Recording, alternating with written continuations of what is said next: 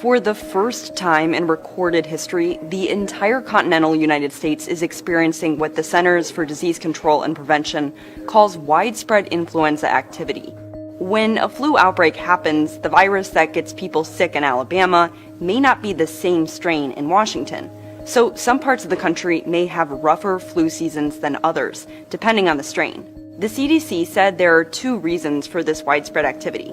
First, most people getting the flu are picking up the H3N2 strain, which is notorious for mutating so fast that vaccines can't keep up. This year's vaccine is thought to be just 32% effective at stopping H3N2. Second, some hospitals are poorly equipped to deal with H3N2 because of supply shortages outside of vaccines. For example, some parts of the U.S. don't have enough of the intravenous fluid that delivers medicine to patients because hurricanes damaged the facilities in Puerto Rico where it's made. And in the hardest hit parts of the U.S., there's not enough antiviral medication.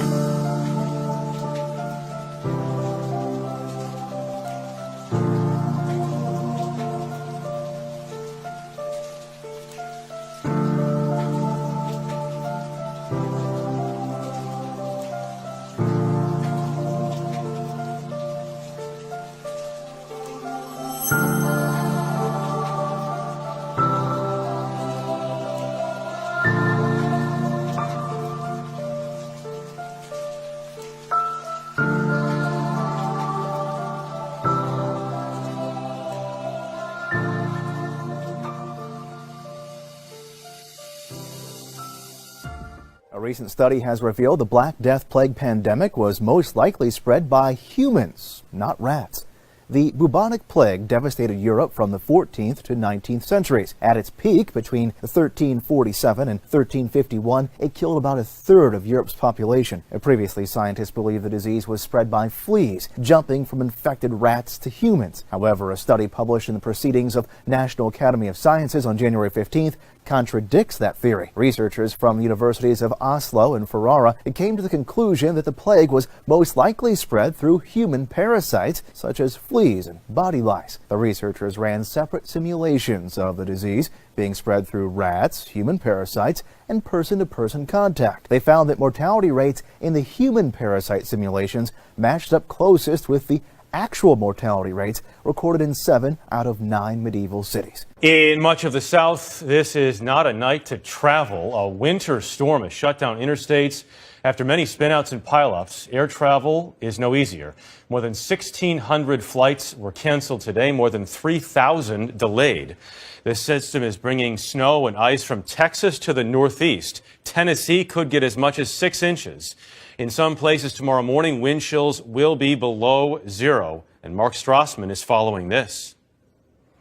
For the third time in 2 weeks, snow and ice are snarling the south. In Kentucky, traffic was backed up for miles after several tractor-trailers and a bus were involved in a crash, closing down the highway. The temperature in Houston was 68 degrees yesterday. Today, it's in the 20s, and the region is under a winter storm warning, and it's going to worsen overnight. If you don't have to be on the roads, please don't be on the roads. For the next 24 hours, it's going to be somewhat treacherous out there. Some didn't heed the mayor's warning. There were over 100 wrecks in Harris County in just 6 hours this morning. The Houston Independent School District, the 7th largest in the U.S., was closed today. Weather also canceled school in parts of 8 other states, including Mississippi and Alabama. A section of I-49 was shut down in Shreveport, Louisiana, after black ice created havoc on roads. It's certainly dangerous, and the people down here are not exactly used to it, and it could spell a recipe for disaster. Parts of Tennessee had 7 inches of snow. Arkansas had 8. Kentucky had 9. Jeff, a winter storm warning is in effect all the way to Maine. People in the Detroit area are wondering what lit up the sky Tuesday night. Social media blew up over a bright light overhead. Our station in Detroit, WWJ, says that as of now, there is no indication of any damage on the ground. In a Facebook post, the Ingham County Office of Homeland Security and Emergency Management called it a, quote, natural meteor fireball.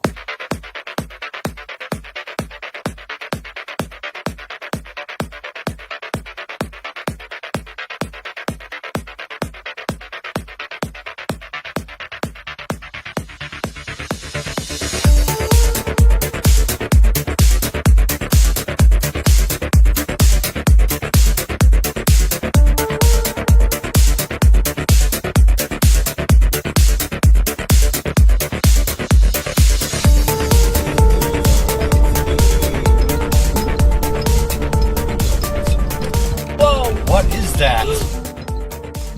Britain's Royal Air Force scrambled 2 fighter jets to intercept Russian bombers near UK airspace on Monday, in the latest incident highlighting ongoing tensions in the region. On January 15th, the RAF said that it scrambled Typhoon aircraft from an airbase in Scotland on a quick reaction alert as 2 Tupolev Tu-160 Blackjack bombers approached Britain. The Blackjacks were monitored as they flew past Norway and Denmark and near the Netherlands before the British jets picked them up roughly 30 miles from UK airspace. Monday's incident is the latest in recent years as Russian aircraft continue to test British and NATO air defenses. Russia's defense ministry in a statement Monday said, quote, all flights by Russian aircraft are performed in strict accordance with international rules for using airspace without infringement on any country's borders. Japan's national broadcaster accidentally sent out a false alert about a North Korean missile launch. According to messages on NHK's website, the broadcaster issued the alert Tuesday, which warned residents to evacuate and seek shelter immediately. The error was reportedly corrected within minutes, and NHK apologized for the mistake. It's unclear exactly what caused it. NHK's false alert came just a few days after Hawaii issued one of its own. As we previously reported, officials say a Hawaii Emergency Management Agency employee accidentally pushed the wrong button. North Korean state media lashed out Tuesday at U.S. President Donald Trump's recent tweet about having a bigger nuclear button on his desk than Kim Jong-un's. A commentary in Rodong Shinmun, the ruling party's publication, called the tweets the spasm of a lunatic and the bark of a rabid dog, according to a translation by the Wall Street Journal. The war of words between Kim and Trump escalated on New Year's Day when Kim said the entire U.S. mainland is within range of its nuclear missiles and, quote, the nuclear button is on my office desk all the time. The next day, Trump responded on Twitter, quote, I too have a nuclear button, but it is a much bigger and more powerful one than his, and my button works. Tensions between the two countries are rising even as North and South Korea engage in diplomatic talks.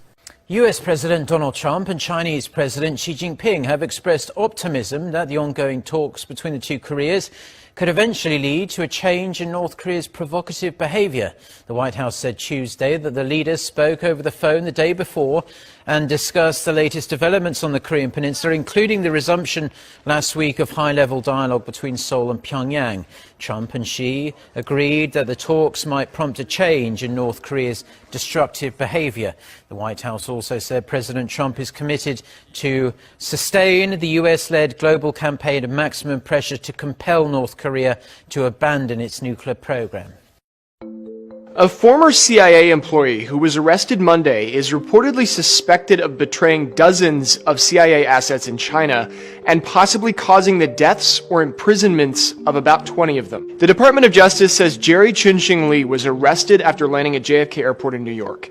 Back in 2012, authorities found 2 books in Lee's possession that had the names and phone numbers of assets and undercover CIA employees, locations of undercover facilities, and notes about secret operations, among other information. The DOJ says at the time of those searches, Lee and his family were in the process of moving back to the U.S.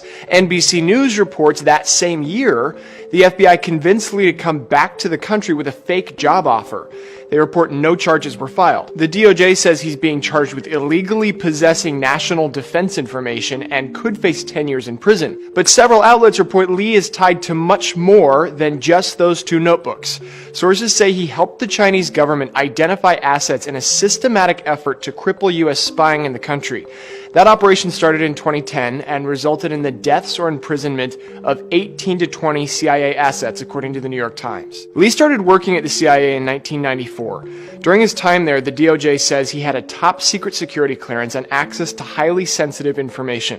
His clearance was canceled when he stopped working for the U.S. government in 2007. Lee is a naturalized U.S. citizen, but he was living in Hong Kong at the time of his arrest.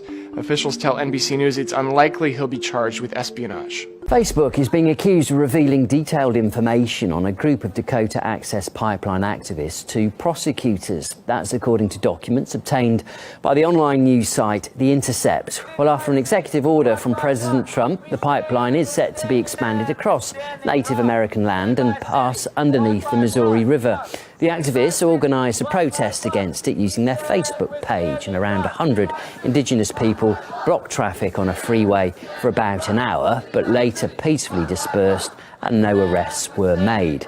The local prosecutor had twice sought information on this group from the social media site. According to documents, Facebook apparently helped them get a warrant approved through the Department of Justice.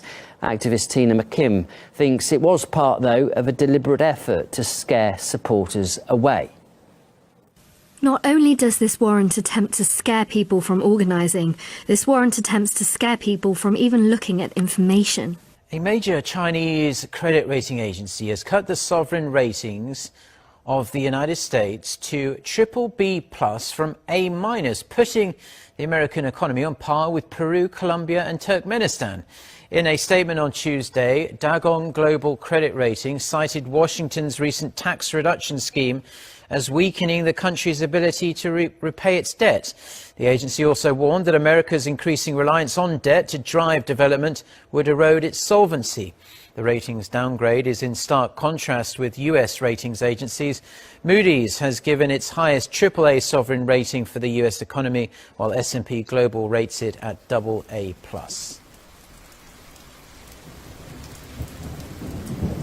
A column of smoke rising from East China Sea as a tanker carrying 136,000 tons of fuel burned for a week after a collision. On Sunday, the ship sank, with all of its 32 crew members believed dead. The natural gas condensate which the ship was carrying continued to burn after the vessel sank. With the fire finally put out, authorities are worried about expanding oil slicks drifting northward.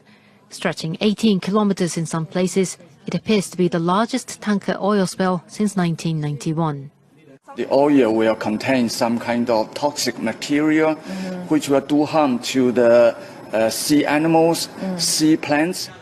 As most of the condensate would have burned off, the disaster is unlikely to leave the kind of thick black oil slicks that are typical in crude oil spills. But remaining condensate will be much more difficult to separate from water. It's lightweight and colorless and could break down and disperse quickly. Once trapped under the surface, the toxic material can cause serious damage to marine life in an already polluted ocean. Syrian opposition sources are reporting this morning Israel struck the military airfield in Damascus, also adding that ammunition depots belonging to Lebanese Iranian proxy Hezbollah were damaged in the strike. This comes a week after the Syrian army said Israel targeted other sites in Syria with fighter jets and ground-to-ground missiles. As usual, there's no Israeli confirmation to these reports, but Israel has repeatedly said it will not allow Hezbollah to obtain strategic weapons. Iran's supreme leader is accusing Saudi Arabia of committing treason against Muslims by aligning itself with the United States and Israel. Saudi Arabia does not recognize Israel, but the two nations have developed clandestine ties to confront Iran, which repeatedly calls for Israel's destruction. Ayatollah Ali Khamenei told parliamentary representatives from Islamic countries that it was treason to cooperate with what he called the Zionist regime. Iran and Saudi Arabia are engaged in a Cold War for influence in the Middle East, backing different sides in proxy conflicts. Israel's ambassador to Germany, Jeremy Sakharov, says Israelis are taking precautions amid reports of an Iranian spy ring operating in Germany. Authorities are on the hunt for 10 foreign spies who have allegedly been spying on Jews and Israelis in the country. German intelligence agents say the spies have been operating on behalf of a group with links to Iran. It's not clear how long they've been active in Germany. The raids are being conducted throughout the country. Palestinian Authority President Mahmoud Abbas has rejected President Donald Trump's anticipated peace plan as a slap in the face, threatening, "We will slap back." Abbas was giving a defiant speech to the Palestine Liberation Organization's Central Council in Ramallah. He said the Palestinians would not accept the plan, which has yet to be unveiled. He said only an international committee could mediate the Israeli-Palestinian conflict. كمان who came out on Twitter and said that he will not waste money on the Palestinians because they refuse to negotiate. What? Really? Yahreb Betak. When did we refuse to negotiate? Since you're president, we met 4 times and we talked about 4 or 5 more times on the phone. And I told you I'm ready to do the negotiations. In the end, the negotiations, I do not want to tell you where they are. It's a shame. Seriously? Shame. There's been alarm in Gaza and at the United Nations at a US announcement that it's withholding half of a $125 million aid installment for the Palestinians. One official said the move would have devastating consequences for thousands of vulnerable people. It comes 2 weeks after President Trump questioned the value of such funding. We're not giving up on peace talks. We're not giving up on those conversations. It's something very important to this administration. Secretary Tillerson ultimately made this decision in consultation with other members of the administration. And so that's where things landed. But members of the Palestinian Liberation Organization say that Palestinians are being punished and that Trump is favoring Israel in his Mideast policy. President Trump announced Jerusalem as the capital of Israel, but he doesn't have the right to do so in a move against international law and other agreements. The other issue is that now he's trying to cut the aid for the UN Relief Agency and put more pressure to delete the refugees' rights of return.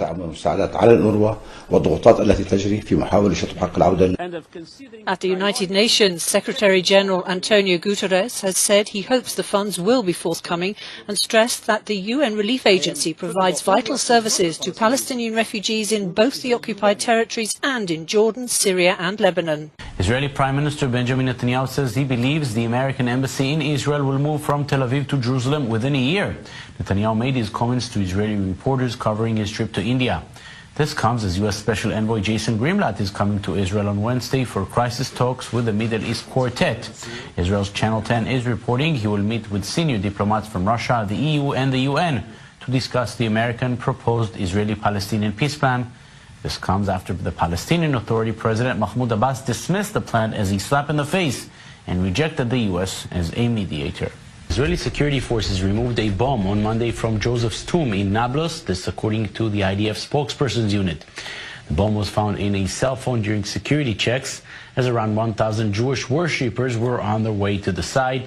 As this was happening, protesters threw rocks at security forces upon their entry and departure to Joseph's tombs, damaging the bus and resulting in no casualties.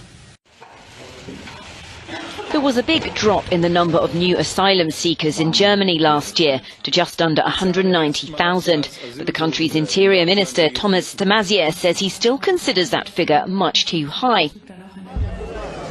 In 2016, when the Balkan refugee route was largely shut down, that figure was almost 100,000 more, with a peak of 890,000 in 2015. De Maizière said that refugees, particularly from the Middle East and Afghanistan, remained a general European problem, but for now the greatest influx was past for Germany.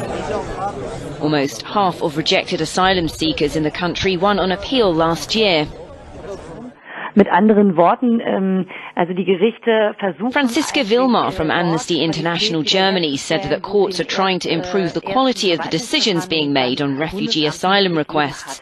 It's almost, she adds, like saying to the incoming government, if they don't want the courts to be overburdened anymore, they should change their course and allow for more family reunification claims to be approved in the first place. Because currently most claims are requests to be reunited with other family members. A more than 2-year-long migration crisis has caused immigration to become a major political issue in many European countries.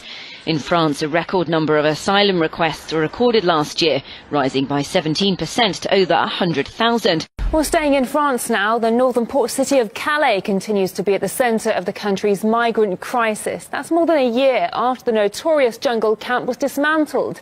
Hundreds of refugees remain stranded there, trying to reach British shores. French President Emmanuel Macron is visiting Calais right now to defend his policies to locals and officials. That's ahead of Thursday's meeting on migration with the British Prime Minister. I need to stay here. But when did you arrive?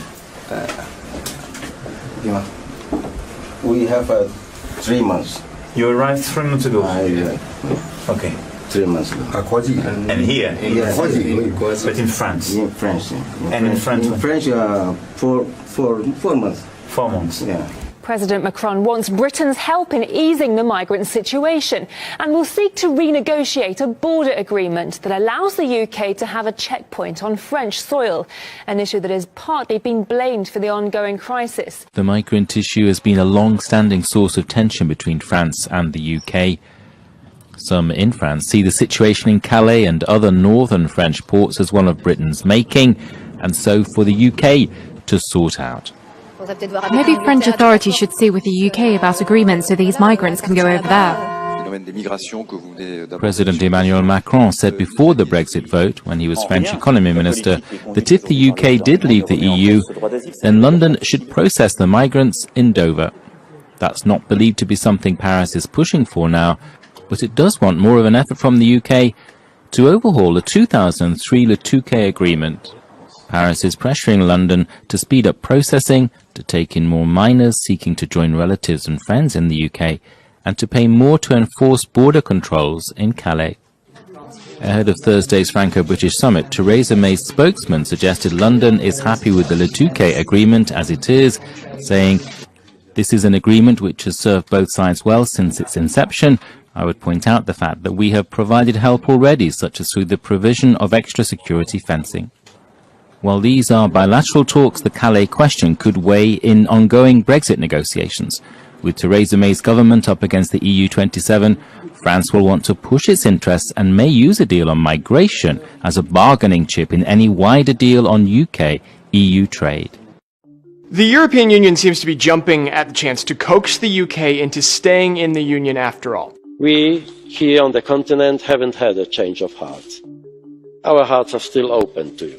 The UK already voted to leave the bloc, but there's been some talk lately about holding a do-over vote, and even prominent anti-EU campaigners like Nigel Farage are entertaining the idea. The percentage that would vote to leave next time would be very much bigger. The Leave vote won the Brexit referendum by a slim margin in 2016. Farage's statement has some pro-EU groups fired up about the possibility of another vote, but Jeremy Corbyn, leader of the pro-EU Labour Party, says he won't call for another vote. And the EU's encouragement to stay comes as it's further tightening guidelines for the split against the UK. The EU's latest draft of a Brexit blueprint would require EU authorization to keep the UK in its current EU trade deals.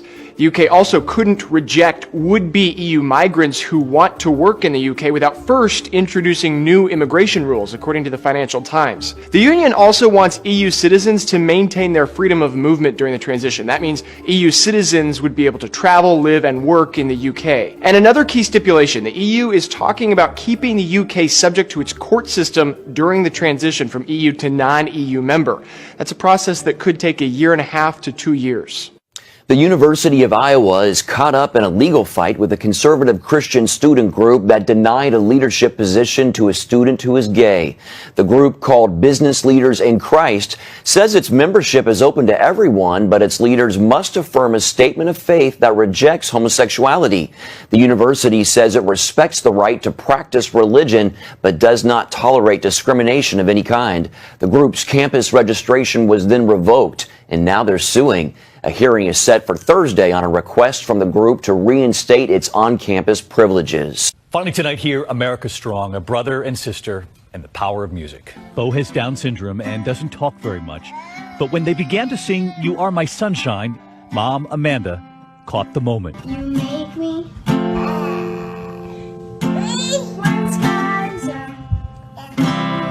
Family has used music to teach Bo how to talk. Doctors told them Bo wouldn't speak for a few more years, but through music, he's on his way.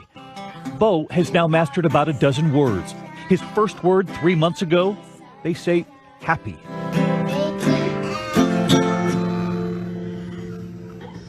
It turns out that was the song Bo's parents would sing to him in intensive care. Born with a weak heart, tonight his heart is full. Hey, David. It's This evening, sending this message to us. We're so proud of our kids and the love that they have for this sweet little guy, and we hope the world will see it. We hope so too. The power of love, of music, of family.